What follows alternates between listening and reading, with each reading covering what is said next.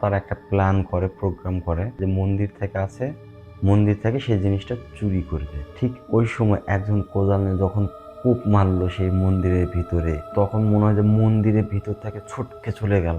এতটাই বাতাসের তীব্র আর গাছের ডালপালা একে অন্যের সাথে বাড়ি খাচ্ছে। এইরকম অবস্থা, লাস্ট পর্যায়ে এসে ওখানে আর টিকে থাকতে পারলো না কোনো কিছুতেই। মূল ঘটনা যেটা ঘটছিল সেটা হচ্ছে আমাদের নওগাঁ জেলা চৌবাড়িয়া থেকে প্রায় 2 কিলোমিটার পশ্চিম দিকে যে রাস্তাটা চলে গেছে, এই রাস্তাটা ধরে যেতে হবে। সে ভাই রঙের কাজ করতো, সে চৌবাড়িয়া ইউনিয়নের স্কুলের রং করতো এবং ওর সঙ্গে আরো 3-4 জন ছিল, তারাও রঙের কাজ করতো। তো রঙের কাজ করতে করতে এক সময় তারা এই জিনিসগুলো নিয়ে সন্ধান করে, গুপ্তধনের সন্ধান করে। তো সেই স্কুল থেকে কিছু দূর গেলে একটা মন্দির পাওয়া যায়, মানে অনেক বড় জায়গা, প্রায় 10 কাঠা মতো জমিনে সম্পূর্ণ বটের গাছ। আর বটের গাছগুলো অতিক্রম করলেই ছোট্ট একটা আপনার মন্দির, মাটির মন্দির। সেই মন্দিরেই ছিল কষ্টি পাথরের মূর্তি। এবং ওই জায়গাটা যে এতটাই হিন্দু ধর্মের জাগ্রত একটা জায়গা, ওই জায়গাটা না গেলে কেউ বুঝতেই পারবে না।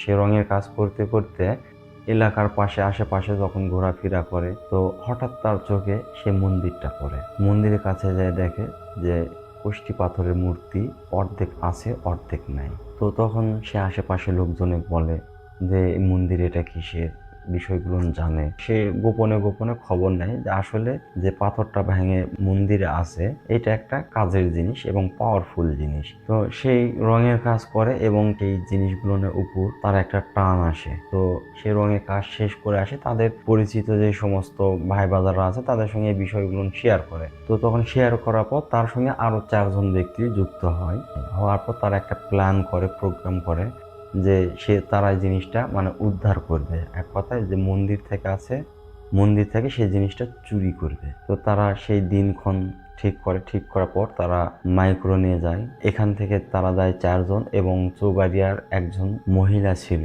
সে মহিলা খুব সিরিয়াস একটা মহিলা, যে মনে করেন যে একটা গ্যাং চালাতো যেটাকে বলা হয়। সেই মহিলার সঙ্গে তারা কন্ট্যাক্ট করে, যোগাযোগ করে, করার পর সেই দিন রাতে তারা চলে যায়। নওগাঁ থেকে তারা মনে করেন যে একটা মাইক্রো রিজার্ভ করে চৌবাড়িয়া হাটে রাখার পর তখন রাত বাজে 12টা।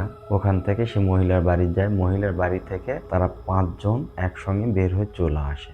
যখন মন্দিরের ভিতরে যখন প্রবেশ করে, এরিয়ার মধ্যে যখন প্রবেশ করে, তখন হালকা করে একটু শো শো শো শো করে একটু শব্দ হলো এবং বাতাস, একটা কেমন জানি একটা বাতাস উঠলো। তো যখন বটের গাছের বাতাস ওঠে, পাতা কিন্তু ঝরে পড়ে যায়, একটা শব্দ হয়, ঠিক সেই রকম একটা শব্দ হলো শুধুমাত্র মন্দিরের আশপাশের ওই জায়গাটুকুতে।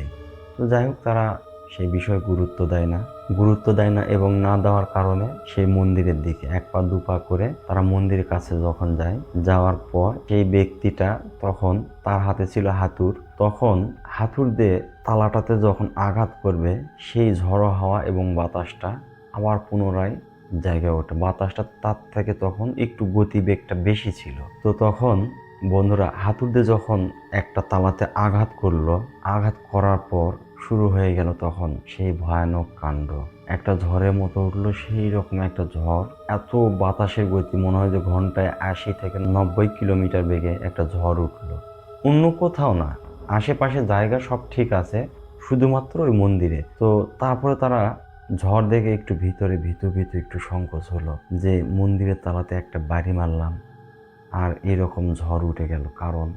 কারণটা সেই সময় হদিস করে না করে পুনরায় তারা আবারও যখন তালাতে বাড়ি মারা মাত্র আরো ঝড়ের মানে তীব্রতা শুরু হয়ে গেল। তো তারপরেও তারা সাহস না হারায় সে মন্দিরের তালা ভাঙার পর মন্দিরের ভিতরে 2 জন প্রবেশ করে এবং সেই কালী মন্দিরটা আপনার উত্তর দক্ষিণ হয়েছিল। আর যারা 2 জন ভিতরে প্রবেশ করে কোদাল নিয়ে, একে অপরের মুখের দিকে তাকাতাকি করে, আর তারা দেখতেছে যে এত পরিমাণে ঝড় এবং বাতাস, তারা মুখ চোখে কিছু দেখতে পাচ্ছে না, কিন্তু তারপরেও তারা হাল ছাড়তেছে না, এতটাই তাদের মধ্যে সাহস এবং শক্তি। 2 জন 2 জনের দিকে মুখের দিকে তাকায়, সে বলতেছে যে তুই পোক মার, ওই বলতেছে তুই পোক মার। আর বাইরে 3 জন আছে, মনে হচ্ছে এরা ঝড়ের গতিতে, ঝড়ে বাতাসে উড়ে চলে যাবে, এইরকম একটা মানে প্রচন্ড বেগে ঝড়। সেই ঝড় না ঝড়, মন্দিরের টিন মনে হচ্ছে যে দুমড়ে মুচড়ে ভাঙে একাকার করে ফেলিচ্ছে। মনে হচ্ছে যে গাছের ডালপালা, এত বড় বড় বটের গাছ, মনে হচ্ছে গাছের ডালপালা একদম মাটির সাথে শুয়ে যাচ্ছে, এপারে গাছ ওই ডালের সাথে বাড়ি খাচ্ছে। ওই গাছের ডাল এইরকম ভাবে বাড়ি খাচ্ছে।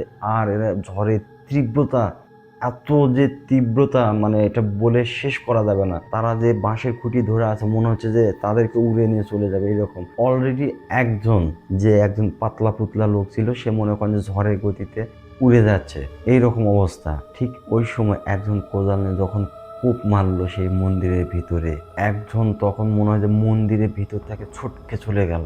বাতাস যে একটা তীব্রতা মন্দিরের ভিতর থেকে বের হলো, সে বাতাসের গতিতে একজন ছটকে চলে গেল মন্দিরে বাইরে যখন চলে গেল, অপর আর একজন যে আছে সে যে বাইরে ছটকে চলে গেল বাতাসের গতিতে, তারপর সে হাল ছাড়েনি, কোদাল হাতে নিয়ে যখন আবারও একটি কোপ মারে মাটিতে, ঠিক সেই সময় মন্দিরের টিন মনে হচ্ছে ভাঙিয়ে চুরে একাকার এমন দুমড়ে মুচড়ে আসতেছে। আর মন্দিরের ভিতরে এতটা বাতাস মনে হচ্ছে ঘন্টায় 120 থেকে 40 কিলোমিটার বেগে ঝড় হচ্ছে, এতটাই বাতাসের তীব্র। আর গাছের ডালপালা একে অন্যের সাথে বাড়ি খাচ্ছে এইরকম অবস্থা। লাস্ট পর্যায়ে সে ওখানে আর টিকে থাকতে পারলো না কোনো কিছুতেই। যখন সে মন্দিরের বাইরে চলে আসলো, আসার পর তারা এই ঝড়ের মধ্যে এক পা দু পা করে যখনই না মন্দিরের খুঁটি থেকে হাত সরায় নিছে, তখন 4 জন লোক চারদিকে ছটকে চলে গেল ঝড়ের বাতাসে।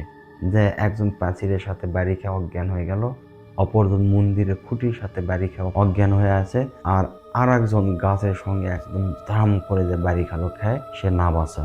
কারো কোনো হুঁশ নেই, কারো কোনো জ্ঞান নেই, মানে সবাই একদম মানে অজ্ঞান হয়ে গেছে এইরকম অবস্থা। তো যাই হোক, ওই অবস্থায় 4 জনকে ফেলে সেই মহিলা বাড়ির উদ্দেশ্যে রওনা যখন দেয়, তখন সেই ঝড়ো বাতাসের গতিটা আস্তে আস্তে তখন কমে আসে। এদিকে 4 জন মনে করেন যে চারদিকে ছিটকে পড়ে গেছে। তো যাওয়ার পর যখন বাতাসের গতিটা একটু কমে আসলো, সে মহিলাও নাছোড়বান্দা, মহিলাও কোনো কিছুতেই ছাড়ে না। ওই বাতাসের গতি যখন কমলো, তখন সে একজনকে তার নিজে কাঁধে তুলে নিয়ে বাড়িতে চলে যায়।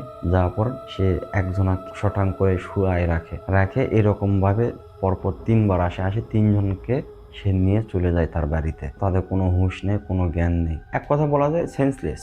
তো এমতো অবস্থায় সে কি করবে, তখন সে কিছু কুলে উঠতে পারে না। তখন তার মাথায় একটা বুদ্ধি খাটলো, যেহেতু এটা দেবীর মন্দির ছিল, তো সেহেতু সেখানে নাপাকি জিনিসগুলো খাটে বেশি।